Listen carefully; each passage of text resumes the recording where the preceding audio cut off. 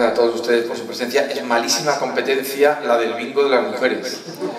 Ya lo sabíamos, de antemano sabíamos que podíamos tener 4 o 5 accidentes meteorológicos y uno era el del bingo, que tiene éxito en todas partes del mundo. Es más, si yo fuera mujer y de Leguín, estaría en el bingo con toda seguridad y ya me haré un hueco para hablar con Javier y decir, retrasa el acontecimiento porque las dos cosas a la vez son difíciles.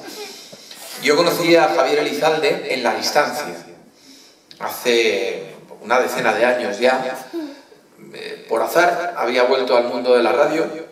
Yo soy, es cierto, lo ha dicho Marcelino, licenciado en Ciencias de la Información y durante un tiempo fui periodista. Pero eso no es como el sacerdocio, el periodismo no imprime carácter y uno cuando quiere lo deja, y yo lo dejé. Estaba en Madrid haciendo otras cosas, ya relacionadas con el mundo del fútbol, lo que surgió después de haber estado unos hermosísimos 7 meses en el palo, donde aprendí muchísimo, casi tanto como en la facultad o como en los vestuarios, y un día me encuentro a Paco García Caridad, que a la sazón era y es todavía director de Radio Marca, y digo, joder, ¿por qué no haces algo en la radio y tal? Digo, pues mira, sí, voy a hacer en la hora más distraída de toda la semana, un viernes a la 1 de la noche, un programa que hable de fútbol, pero no hable de fútbol, hable de las otras cosas que el fútbol encierra. No del interior izquierda que avanza por el centro, golpea al segundo palo y allí llega Quique Solá y marca gol. No, vamos a hablar de otras cosas.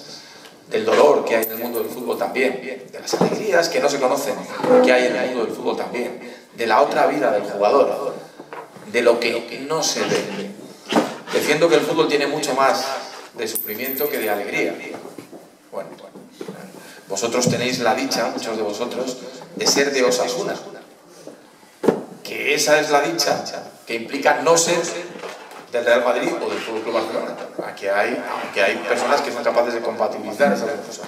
Pero quien es solo de Osasuna sabe que está más cerca del sufrimiento que de la máxima alegría si hablamos del fútbol de élite. El jugador lo vive del mismo modo, de la misma manera. Y cuando el entrenador no le pone, está sufriendo. Y cuando se lesiona, está sufriendo. Y cuando le sancionan, le expulsan, está sufriendo. Y cuando ve que no está dando todo lo que lleva dentro, que no le salen las cosas, está sufriendo. Y cuando hace un entrenamiento regular, está sufriendo. Vive más sufriendo que disfrutando. Y encima hay tipos antológicamente dotados, como Cristiano Ronaldo,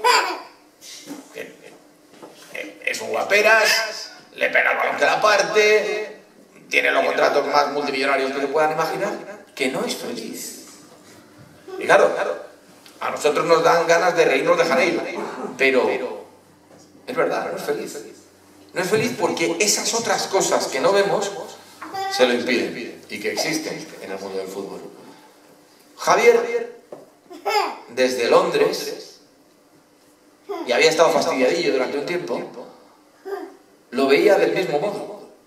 Veía que había cosas en el mundo del fútbol, lo hemos sabido que en el mundo del deporte en general, que tenían otra lectura. Y él fue capaz de hacer esa lectura y ponerla en versos, dárnosla en versos.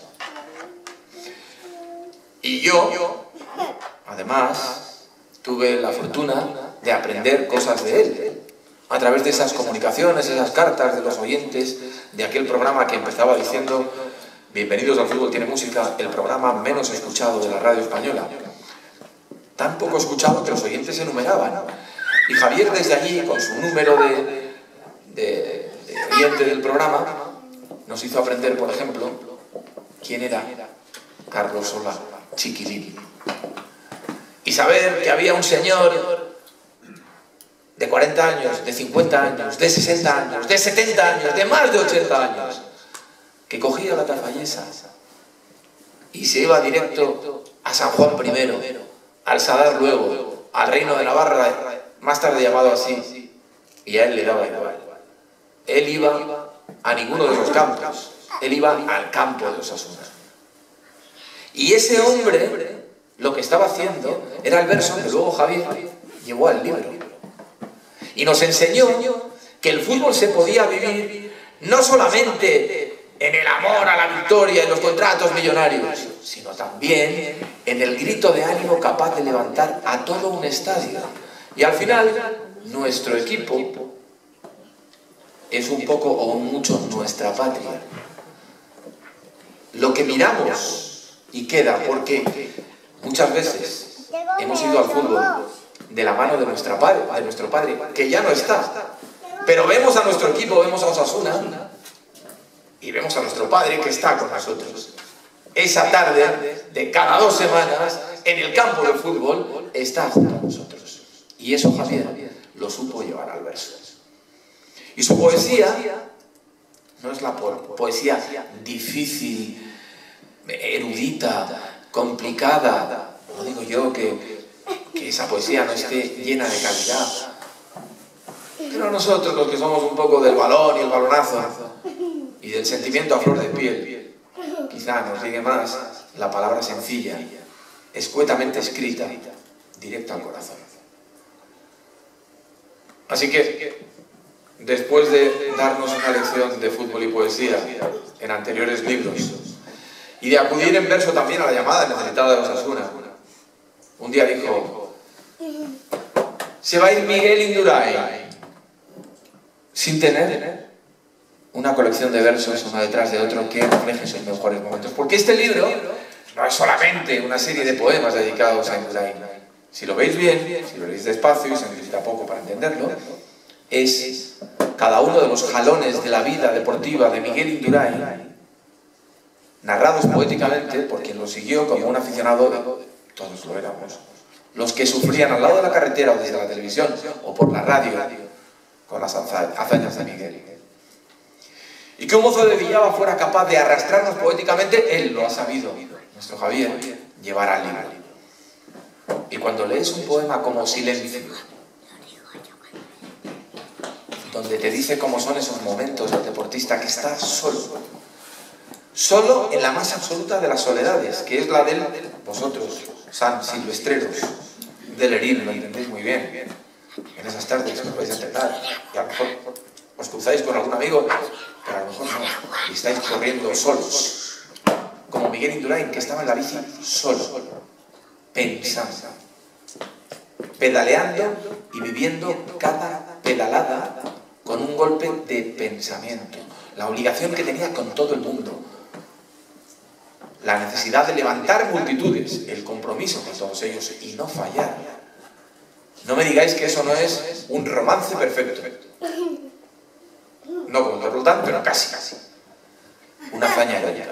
Javier ha sabido también llevarlo al verso. Por eso yo le tengo que estar agradecido por los libros, primero, por llamarme de cuando en cuando para que le acompañe en la presentación de alguno de ellos y sobre todo por su amigo. Y por haber tenido la fortuna de que una tarde desde Londres y a través de internet diera la tecla justa y estuvieran unos cuantos pirados con mi amigo José el Cartero, de que siempre me acuerdo, hablando de personajes extrañísimos, porque mostrábamos su extraña parte del jugador de fútbol, la que no era conocida, la de los héroes silenciosos, de los que vemos muchísima luz y no las sombras. Y también teníamos que verlas. 2 cosas más de decir para terminar. La primera, que Marcelino, te deseo de todo corazón que pelees por el segundo puesto, porque el primero se lo va a llevar Keco este año y no va a tener rival. Y la segunda es que aprendimos de los clásicos sudamericanos, esos futbolistas que se aprenden unas cuantas frases hechas pero las utilizan oportunamente, que el hombre no se mide por el tamaño de sus éxitos, sino por las veces que es capaz de levantarse después de caer. Y nuestro equipo, a lo mejor, o nosotros en nuestro andar, o nuestras familias a nuestro lado, podemos caer, pero volved al libro, nos ayudará a levantarnos.